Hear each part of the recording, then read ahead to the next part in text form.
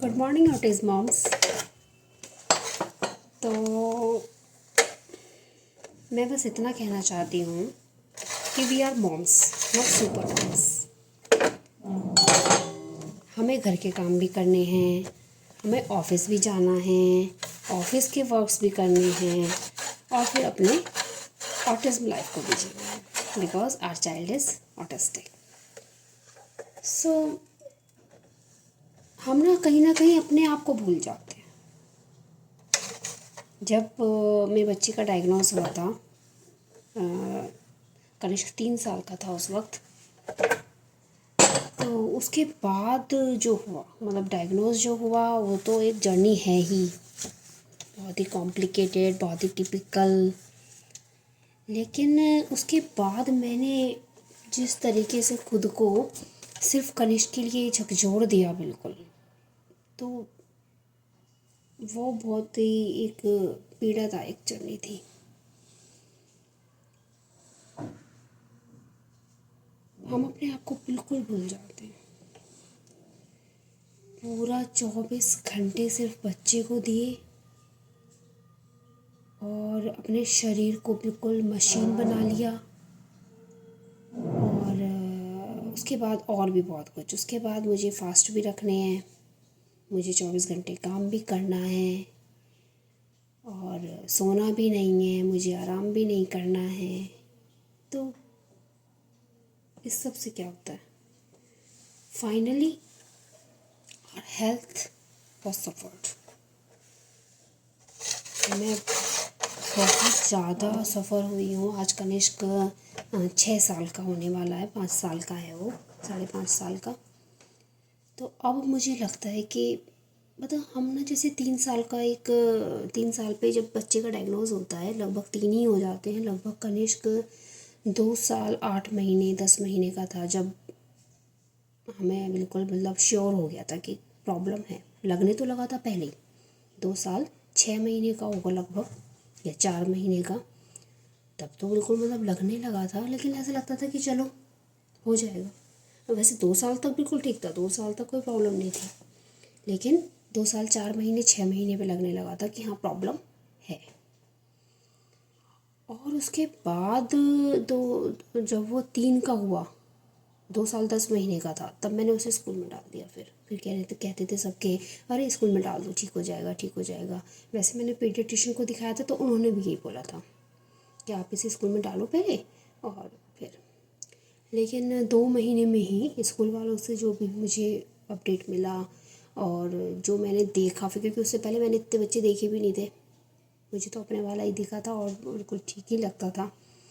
लेकिन जब मैंने और बच्चे देखने शुरू करिए, फिर मुझे मतलब ध्यान देना शुरू किया कि असल में 2 साल का बच्चा होता कैसा है, क्योंकि हमें तो अपना ही लगता था कि ना वो फर्स्ट बेबी था, तो उतना अंदाज़ा ही नहीं था कि नहीं 2 साल का बच्चा ऐसा नहीं होता।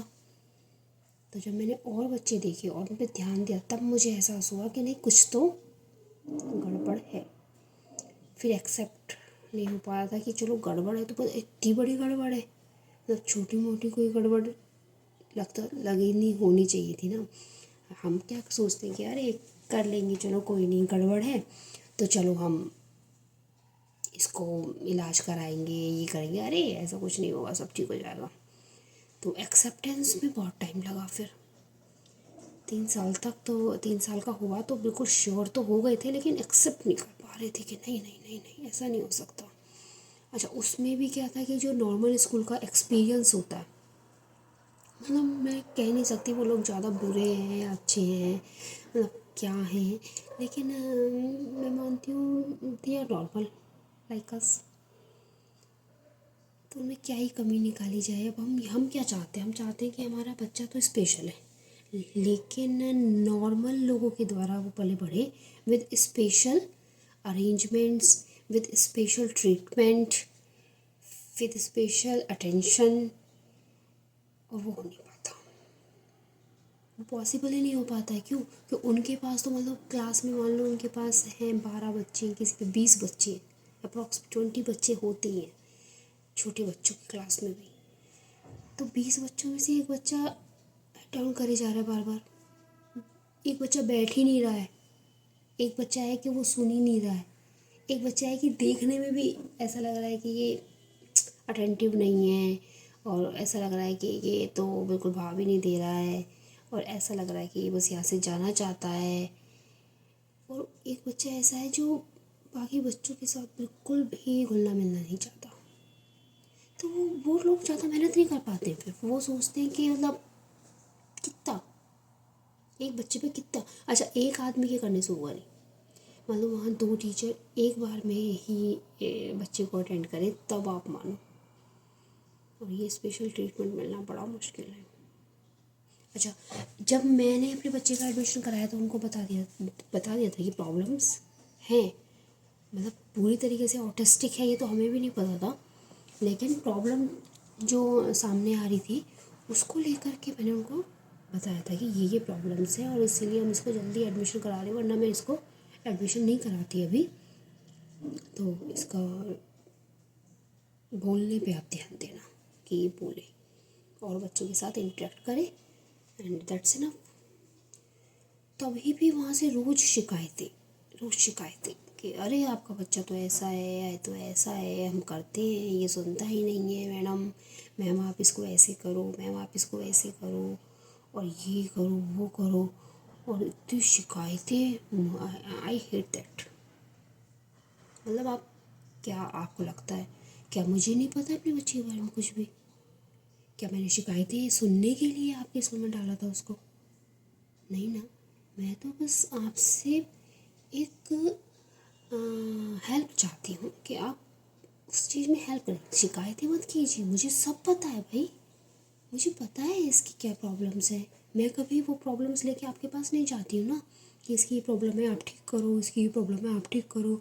मैं मानती हूँ कि हाँ प्रॉब्लम है, वो धीरे धीरे ख़त्म होगी। और मैं तो ये कह रही हूँ कि भाई मेरे जीवन में जो भी मेरा लाइफ टाइम रहा है अभी, वो उसमें तो ये मैंने तो पहली बार देखा है ऑटिज़्म। मैंने तो कभी नहीं देखा था ऑटिज़्म क्या होता है। सुन मतलब ऐसा, मतलब जैसे पिक्चर में सुना कभी है ना, टीवी में देख लिया कि हाँ ऑटिज़्म है, लेकिन कभी मतलब देखा नहीं था कि ऑटिज़्म क्या होता है। मैं ऑटिज़्म के साथ रही नहीं हूँ। अब जब मेरी लाइफ में आ गया, अच्छा मेरी लाइफ में आए हुए कितना समय हो गया, अभी 2-3 महीने हुए हैं बस, लेकिन फिर भी मुझे इतना समझ में आ रहा है कि उतना ज़्यादा प्रेशर मत करो एकदम किसी को, चाहे वो माँ है और चाहे वो बच्चा है। मैं दोनों केस में कह रही हूँ, आप माँ को भी प्रेशराइज मत करो। माँ भी उतनी ही सफ़र करती है जितना कि बच्चा सफ़र करता है। लेकिन लोगों को क्या लगता है, लोगों को लगता है बच्चा कुछ भी करे इसकी माँ को पकड़ो, इसकी माँ को बोलो, है ना। और माँ बेचारी पहले से ही परेशान है, माँ को खुद समझ में नहीं आ रहा है कि कैसे ठीक किया जाए। वो प्रेशर बनाएंगे कि आज ही ठीक करो। तो ये मेरा नॉर्मल स्कूल का एक्सपीरियंस था। तो फिर अपने बच्चे को रोका स्कूल से और उसको पूरा डायग्नोस किया। उसके बाद मैंने बिल्कुल ये डिसीज़न लिया कि I will admit him in special school, क्योंकि मुझे ऐसे लोग चाहिए जो स्पेशल ट्रीटमेंट दे, है ना। मैं अपने बच्चे को दौड़ में शामिल तो नहीं करना चाहती थी कि मैं उसे दौड़ में शामिल कर दूँ, दौड़ में नहीं शामिल करना था मुझे, इसलिए मैंने दिया। और अभी 3 साल का था कनिष्क जब एडमिशन कराया था, अभी वो 5.5 साल का है, अभी वो सेम स्कूल में है और वी आर हैप्पी। मतलब हैप्पी का मतलब ये नहीं कि हम बहुत खुश हैं हैप्पी का मतलब ये है कि हमने एक्सेप्ट किया, जो है उसको एक्सेप्ट करो। और मैं मतलब ये कहना चाहती हूँ कि माँ और बच्चा दोनों इम्पोर्टेंट है। ये बात शायद दुनिया समझ भी जाए। मैं ये कह रही हूँ कि मान लो कि हस्बैंड समझ भी जाए, हस्बैंड सोचते भी हैं कि हाँ ये भी इतनी इम्पोर्टेंट है, लेकिन माँ नहीं मानती इस बात को। माँ को नहीं लगता कि मैं भी इम्पोर्टेंट। उसको तो लगता है कि नहीं नहीं नहीं बच्चा ही सब कुछ है, ये वो। और देखो फिर मुझे मेरी हेल्थ बहुत कॉम्प्रोमाइज़ हुई मैं इसके साथ। बहुत, मैं सोती नहीं थी, बिल्कुल नहीं सोती थी मैं 1-1 घंटा भी ना, क्या सोई मैं। मुझे मेरा ऑफिस बिल्कुल, मेरी शिफ्ट की ड्यूटी होती है हमारी, मैं दिल्ली मेट्रो रेल कॉरपोरेशन में हूँ, CRA हूँ। और वहाँ शिफ्ट हुई थी मेरी 6:30 से 2:30 बजे तक। तो मुझे तो मतलब 5 बजे बिस्तर छोड़ना ही छोड़ना है। 5 बजे उठ के भी मैं लेट हो जाती हूँ। अगर मैं 4:30 बजे उठूँ सुबह को, तब ये मानो कि मैं कुछ तरीके से काम करके और फिर अपने ऑफिस जाऊँ। 4:30 बजे उठना सुबह को ऑटिस्टिक बच्चे के साथ, माय गॉड। क्योंकि वो सो रहा है सुबह 4 बजे 4:30 बजे, उसको तो उस समय नींद आई थी। वो पूरी रात खेलता रहा, पूरी रात हंसता रहा। Very difficult, very difficult. और इसके बाद क्या हुआ, मेरी हेल्थ कॉम्प्रोमाइज़ हो गई, मेरे सर्वाइकल को का इतना दर्द रहता था मुझे। फिर मुझे साइटिका का पेन होने लगा, क्योंकि अब कनिष्क बढ़ रहा है। अब बढ़ते बच्चे को मतलब मेरा तो बच्चा है, मैं कहूँगी 10 किलो का ही तो है, 12 किलो का ही तो है, लेकिन आप उसको लदा रहे हो। मैक्सिमम टाइम आप उसको गोदी ले रहे हो, क्योंकि वो नहीं समझ रहा है आपकी बातें। फिर वो जिद कर रहा है, फिर आप उसको खींच रहे हो, ये वो। फिज़िकली भी आपको एफर्ट करना पड़ता है बहुत। और फिज़िकल एक्सरसाइजेस करवाने में बच्चे को तो मतलब पसीने छूट जाते हैं, कितनी मेहनत लगती है। वो सब मेरे साथ हुआ। मैंने बहुत मेहनत की, और उसकी सिटिंग में इतनी मेहनत लगती थी, उसको दबोच के बैठना पड़ता था, वो बिल्कुल गिरा देता था। मैं यूँ कह रही हूँ कि 4 साल का बच्चा भी मतलब इतना ताकतवर हो जाता है भाई, कि माँ को वो गिरा लेता है। वही मेरे साथ हुआ। फिर डिकी होती रही हेल्थ मेरी। फिर मुझे गॉल ब्लैडर स्टोन हो गए, फिर मेरा उसका ऑपरेशन हुआ है। अभी मैं थोड़ा नॉर्मल हूँ। पेन अभी मुझे है, सर्वाइकल है, साइटिका है। क्या कर सकते हैं। तो मैं सारी ऑटिज़म मदर्स को बस इतना कहना चाहती हूँ कि you are important. I know your child is very important, but you are also important to him और हर। ये तो डर लगता है हमारे बाद बच्चे का क्या होगा, लेकिन ये तो सोचो कि रहते रहते उसका नहीं कर पाए, कब तक कर पाएंगे, है ना। तो मैं अब जब कनिष्क का योगा टाइम स्टार्ट करती हूँ तो खुद भी योगा करती हूँ। मैंने ट्यूटर रखे हुए हैं, वो आती हैं और एक घंटा योगा कराती हूँ कनिष्क को। और योगा मैंने इसलिए स्टार्ट किया कि पहले मैं उसकी स्पीच थेरेपी और ऑक्यूपेशनल थेरेपीज कराती थी। असल में शुरू में सबसे स्टार्टिंग में जब मैंने बताया ना, मुझे बिल्कुल एहसास हुआ कि हाँ गड़बड़ है 2 साल 10 महीने पे, तभी मैंने उसकी थेरेपीज स्टार्ट करा दी थी। और मतलब ये नहीं था कि ऑटिस्टिक है, बस ये सोचा था कि बोलने में इशू है, क्योंकि समझता नहीं था। तो हमें लगता था बोलता नहीं है इसलिए समझता नहीं है, जिस दिन बोल जाएगा तो समझ भी जाएगा।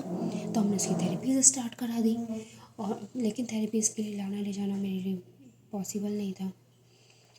3 बजे ऑफिस से आना, बच्चे को देखना, घर देखना, घर के काम, बड़ा मुश्किल। और हस्बैंड मेरे काफ़ी लेट आते थे, वो बहुत बिजी हैं। तो मैंने घर पे ही ट्यूटर लगाए थे इसकी स्पीच के लिए। इसमें स्पीच की थेरेपी कराती थी मैं। फिर जब स्पीच की थेरेपी करा रही थी ना, तब मतलब फिर मुझे लगता था कि बात स्पीच नहीं है, वो कुछ और है, कुछ और।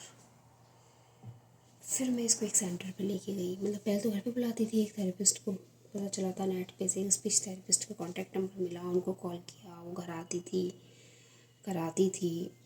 उतना कुछ मतलब लगता नहीं था कि इससे कुछ होगा। बहुत ही शुरू शुरू की थेरेपी जब आप अनजान होते तो ऐसा लगता है कि ये क्या ही है, क्या ही हो रहा है। तो फिर ऐसा लगता था मुझे भी। फिर मैं इसको एक सेंटर पे लेके गई, वहाँ जाके इसकी स्पीच ओटी ये सब स्टार्ट किया। ऑफिस से आती थी 3 बजे, 4 बजे इसको लेके जाना, माय गॉड इतना हैक्टिक। सुबह 4 बजे की मैं उठी हुई हूँ और फिर इसको लेके जाती थी। फिर वापस आते थे हम 6-7 बजे, फिर घर आना, घर के काम, फिर रात को इसका तांडव, फिर सुबह को मेरी परेड। माय गॉड, मैंने जो जीवन जिया है। पर अब मैं थोड़ा रिलैक्स करती हूँ। मैंने ये मान लिया है कि मेरा बच्चा ऑटिस्टिक है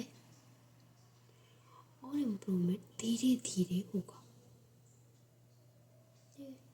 और ये जनता और ये लोग, ये दुनिया, इवन मेरे फ्लोर के नीचे वाले, मेरे फ्लोर के ऊपर वाले, चाहे मुझ पे कितना भी प्रेशर बनाए, I will not come into this pressure.